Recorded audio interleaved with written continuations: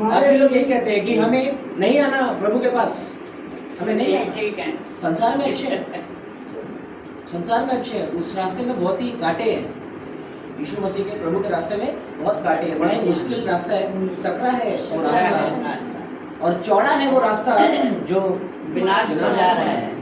तो चौड़े रास्ते में पूरी दुनिया चल रही है और सब लोग वहाँ पे आप जैसा चाहे आप जी सकते हैं, लेकिन इस रास्ते में बड़े ही कांटे हैं, बहुत ही सकरा रास्ता है, नहीं जाना हमें प्रभु के वहाँ नहीं जाना। हम लोग इस रास्ते में, चौड़े रास्ते में जाएंगे, सेवा करेंगे फिरौन की, शैतान की, उसकी गुलामी करेंगे, लेकिन प्रभु के साथ नहीं चलेंगे। वो एक यहाँ पर आज भी लोग ऐसे ही कहते हैं। पढ़े आगे।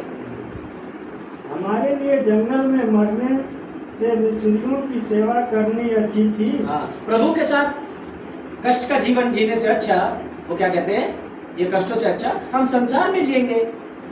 जो शैतान बाकी संसार जी रहा है, हम वैसे जिएंगे, अपने आनंद से जिएंगे, चाहे जो हो। बाकी लोग भी मरते हैं, हम भी वैसे रहेंगे, लेकिन प्रभु के साथ नहीं चलेंगे, ऐसा कहना है। तो मूसा ने लोगों से कहा, डरो मत, खड़े खड़े वह उद्धार का काम देखो जो यहोवा आज तुम्हारे लिए करेगा। तब मूसा ने, जो कि अपने परमेश्वर को जानता था कि परमेश्वर जो है अद्भुत कर्म करने वाला है, और उसने कितने कितने काम किए थे मिस्र में, और वो नहीं जानता था कि अभी क्या करने वाला है, परमेश्वर क्या करेंगे अभी, वो ये नहीं जानता था, लेकिन उसको विश्वास और भरोसा था अपने परमेश्वर की, प्रभु वहां पर कुछ ना कुछ आश्चर्य कर्म करेंगे। और बोला इंतजार करो और अब देखो कि तुम्हारा परमेश्वर तुम्हारे लिए क्या करेगा। हालेलुया। अब तुम देखो परमेश्वर का काम। हाँ, बढ़िया। क्योंकि जिन मिस्रियों को तुम आज देखते हो उनको फिर कभी न देखोगे। ये था मूसा का विश्वास। देखो, जिन शैतान को तुम आज देखते हो, जो तुम्हें सता रहा है, जो तुम्हें परेशान कर रहा है, तुम दोबारा उसको देखने नहीं पाओगे। ये विश्वास मूसा का था, वही विश्वास हमारे अंदर होना चाहिए जैसा मूसा का विश्वास था। बढ़िया आगे। यहोवा आप ही तुम्हारे लिए लड़ेगा, इसलिए तुम चुपचाप रहो। इसीलिए तुम चुपचाप रहकर परमेश्वर का इंतजार करो, शांत रहकर प्रभु पे भरोसा रखकर उस पर विश्वास करो और उसके काम को देखो कि वो तुम्हारे लिए लड़ेगा। परमेश्वर तुम्हारे लिए लड़ेगा। और परमेश्वर का काम जो होता है वो एंड टाइम में होता है, जब हम सब कुछ, सारे सोर्स अपने, जब मुसीबत सामने होती है, हम सब कुछ देख लेते हैं, यहाँ से भी सहायता नहीं मिली है, तब लास्ट में परमेश्वर का काम होता है, क्योंकि वो देख लेता है कि ठीक है तुम अपने ट्राई कर लो, तुम कैसे लड़ सकते हो, तुम शैतान से नहीं लड़ सकते। लेकिन क्रॉस के ऊपर यीशु ने हराया है, शैतान को हराया, मृत्यु को हराया, पाप को हराया है, वहाँ पर प्रभु यीशु मसीह ने हरा दिया है। हम लड़ेंगे, हम डायरेक्ट हम नहीं लड़ पाएंगे, ना पाप से लड़ पाएंगे, ना शैतान से, ना मृत्यु से, लेकिन हमारा उद्धार करता जिस पे हमारा भरोसा है, वो हमारा पिता, वो हमारे लड़ाए और अब उसके सहारे हम विजय प्राप्त करेंगे। पढ़े आगे। तब यहोवा ने मूसा से कहा, तू क्यों मेरी दुहाई दे रहा है? इजराइलियों को आज्ञा दे कि यहाँ से कुछ करे, और तू अपनी लाठी उठा कर अपना हाथ समुद्र के ऊपर बढ़ा और वो 2 भाग हो जाएगा। तब इजरायली समुद्र के बीच होकर स्थल ही स्थल पर चले जाएंगे। तब परमेश्वर ने मूसा से कहा, तू क्यों अभी चिल्ला रहा है? तूने इतने आश्चर्य कर्म देखे और मैंने तुझे वो अधिकार दिया है, वो अधिकार दिया, उस अधिकार का इस्तेमाल कर। वो अधिकार हम सबको परमेश्वर ने दिया है, और वो अधिकार शैतान को भगाने का। और प्रार्थना में घुटने में बैठकर हम वहीं उसी समय जब डांटेंगे तो वो शैतान जो है वो किसी भी रूप में आए वो भाग जाएगा। वो अधिकार तुम्हें दिया है। हम हर बार दुहाई देते हैं, हम फोन मिलाते हैं, यहाँ वहाँ फोन करते हैं, हमारी हेल्प करो या मेरे लिए प्रेयर करो। वो अधिकार तुम्हें दिया है और तुम घुटने बैठोगे, परमेश्वर अगर मैं तेरा बेटा हूँ, तेरी बेटी हूँ, तुमने छुड़ा, और शैतान वहां से भागेगा। तो परमेश्वर आपसे प्रेम करता है और आप परमेश्वर संतान, परमेश्वर को छुड़ाएगा वहां पर। हालेलुया। तब परमेश्वर ने मूसा को कहा, क्यों मेरी दुहाई देता है? क्या मैंने इससे पहले तेरे लिए आश्चर्य कर्म नहीं किए? तेरे हाथ में मैंने अधिकार दिया और उसको एक सोटा, एक लाठी के रूप में एक अधिकार दिया था। सारे आश्चर्य कर्म उसी लाठी से हुए थे।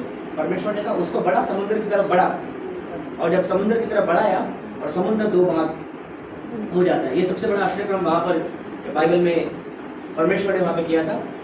और कई जो स्कॉलर्स हैं, साइंटिस्ट हैं, वो अलग अलग बातें बोलते हैं। कई लोग बोलते हैं कि वहाँ परमेश्वर ने इतना ठंडा कर दिया कि वो आइस बन गया, पानी जो आइस बन गया, और उसके ऊपर वो लोग चले गए। और उसके बाद जैसे ही पीछे से सेना आती है, उसके बाद हम परमेश्वर ने वापस से बोला कि डंडा मार, पानी के ऊपर डंडा उसको दिखा अपनी लाठी, और वापस से समुद्र जो है नॉर्मल कंडीशन में आ गया। हम देखते हैं वहाँ पे परमेश्वर ने अद्भुत आश्चर्य करके इजराइलियों को बचाया। पढ़े आगे। और सुन, मैं आप मिस्रियों के मन को कठोर करता हूँ, और वे उनका पीछा करके समुद्र में घुस पड़ेंगे। तब फिरौन और उनकी सेना और रथों और सवारों के द्वारा मेरी महिमा होगी। तब मिस्री जान लेंगे कि मैं यहोवा हूँ। और तब मिस्री लोग जान जाएंगे कि मैं यहोवा हूँ। हालेलुया। पढ़े आगे। और जब फिरौन और उसके रथों और सवारों के द्वारा मेरी महिमा होगी, तब मिस्री जान लेंगे कि मैं यहोवा हूँ। तब परमेश्वर का दूत जो इजरायली सेना के आगे आगे चला करता था, जाकर उनके पीछे हो गया, और बादल का खंभा उनके आगे से हटकर उनके पीछे जा ठहरा। इस प्रकार जब मिस्रियों की सेना और इजरायलियों की सेना के बीच में आ गया, और बादल और अंधकार तो हुआ, तो भी उससे रात को उन्हें प्रकाश मिलता रहा, और रात भर एक दूसरे के पास न आए। और 21 पढ़े। और मूसा ने अपना हाथ समुद्र के ऊपर बढ़ाया, और यहोवा ने रात भर प्रचंड पुरवाई चलवाई, और समुद्र को 2 भाग करके जल ऐसा हटा दिया जिससे कि उसके बीच सूखी भूमि हो गई। परमेश्वर ने ऐसी हवा चलाई कि सारा पानी एक तरफ कर दिया, और इतना रास्ता मिल गया कि इजरायली जो है वो पार कर जाए, समुद्र पार कर जाए। तब तक सेना दूर थी, अभी वो पहुंचे नहीं है, लेकिन ये लोग पार कर गए। बाद में सेना ने देखा कि रास्ता मिल गया, अरे हम भी पीछे जाएंगे इनके, और फिरौन की सेना भी समुद्र के बीच में आ गई, बीचों बीच में आ गई। हम आगे देखते हैं। तब इजरायली समुद्र के बीच स्थल ही स्थल होकर चले गए, और जल उनकी दाहिनी और बाईं ओर दीवार का काम देता था। तब मिस्री अर्थात फिरौन के सब घोड़े, रथ और सवार उनका पीछा किए हुए समुद्र के बीच में चले गए, और वो भी उनके पीछे पीछे चले जाते हैं, सारे घोड़े और सवार और राजा भी। और रात के पिछले पहर में यहोवा ने बादल और आग के खंभे में से मिस्रियों की सेना पर दृष्टि करके उन्हें घबरा दिया, और उसने उनके रथों के पहियों को निकाल डाला, जिससे उनका चलना कठिन हो गया। तब मिस्री आपस में कहने लगे, आओ हम इजरायलियों के सामने से भागे, क्योंकि यहोवा उनकी ओर से मिस्रियों के विरुद्ध युद्ध कर रहा है। परमेश्वर ने उनके घोड़ों और रथों को घबरा दिया, और उनमें ऐसे घबराहट डाल दिया, और उन्होंने बोला कि चलो हम वापस भागते हैं, क्योंकि वो लोग तो नहीं लड़ रहे, लेकिन परमेश्वर उनकी तरफ से हमसे लड़ रहा है। हम परमेश्वर का सामना नहीं कर, हम भागते हैं। उनके मन में ये बात आई। आगे पढ़े।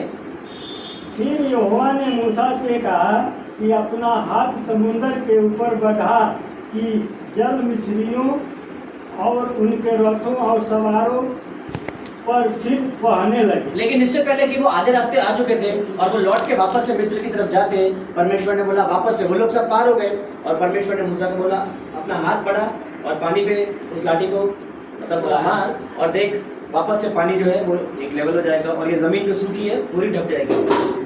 बढ़िया। तब मूसा ने अपना हाथ समुद्र के ऊपर बढ़ाया, और भोर होते क्या हुआ कि समुद्र फिर ज्यों का त्यों अपने बल पर आ गया, और मिस्री उल्टे भागने लगे, परंतु यहोवा ने उनको समुद्र के बीच में ही झटक दिया, और जल के फटने से जितने रथ और सवार इजरायलियों के पीछे समुद्र में आए थे, सो सब यरदन फिरौन की सारी सेना उसमें डूब गई, और उनमें से एक भी न बचा। उनमें से एक भी ना बचा, सारी सेना फिरौन की वो उसमें डूब जाती है। परंतु इजरायली समुद्र के बीच स्थल ही स्थल होकर के चले गए और जल उनकी दाहिनी और बाईं दोनों ओर दीवार का काम देता था। और यहोवा ने उस दिन इजरायलियों और मिस्रियों के बस से इस प्रकार छुड़ाया, और इजरायलियों ने मिस्रियों को समुद्र के तट पर मरे पड़े हुए देखा। और जब सुबह हुई तो देखा तो सारी की सारी सेना जो है, क्योंकि पानी जो है बाहर ले आता है लाशों को, बाहर में आता है। लहरों को तरह, और देखा कि जब वो लोग उस तट पे पहुंच गए उस किनारे, और इजरायलियों की सेना उनकी लाशें पड़ी हुई है। और यहोवा ने मिस्रियों पर जो अपना पराक्रम दिखाता था, उनको देखकर इजरायलियों ने यहोवा का भय माना और यहोवा की और उसके दास मूसा की प्रतीति की। और इजरायलियों ने परमेश्वर के काम को देखकर वो डर गए और उन्होंने विश्वास किया, भरोसा उनका मजबूत हुआ। लेकिन हम आगे जाके देखेंगे, अगर आप पढ़ेंगे आगे की पुस्तक तो देखते हैं वापस से आगे जाके फिर बलवा करते हैं इजरायली, फिर से परमेश्वर के इतने काम देखकर भी परमेश्वर के विरोध में, जब उन्हें मांस नहीं मिला खाने के लिए जंगल में, मटन चिकन, तब चिल्लाए परमेश्वर के विरोध। इस मिस्र में हम खाते थे हम लोग, और यहाँ हमें खाने के लिए क्या मिल रहा है? ये रोटी जो कि स्वर्ग से गिरती थी, और उस रोटी को भी उन्होंने बुरा कहा जो कि परमेश्वर स्वर्ग से भेजता था, क्योंकि उनको मांस ये सब खाना था। तब परमेश्वर ने भी वहाँ पर मांस भी भेजा, उनका मुंह भर गया यहाँ तक, वो खा नहीं पाए, लेकिन विपत्ति आ गई। अब ये विपत्ति परमेश्वर की तरफ से आई, क्योंकि उन्होंने परमेश्वर के विरोध में बलवा किया था, वो बुड़बुड़ाए। ऐसा हम देखते हैं, इसलिए हम जो है वैसा ना बने, इजरायलियों के समान परमेश्वर के विरोध ना करें, और जब मुसीबत आती है हम घुटने टेके और विपत्ति को डांटे, भरोसा रखें, और विपत्ति आपके पास से भाग जाएगी। इस प्रकार से शैतान डुबा दिया गया, यानी कि उसकी सेना डुबा दी गई, वो दुष्टात्मा है, वो शैतान भी डुबा दिए जाएंगे, वो आपके सामने दोबारा कभी नहीं आएंगे, वो मुसीबतें भाग जाएंगी। लेकिन आपका विश्वास वैसा मजबूत होना चाहिए जैसा मूसा ने किया था परमेश्वर ने।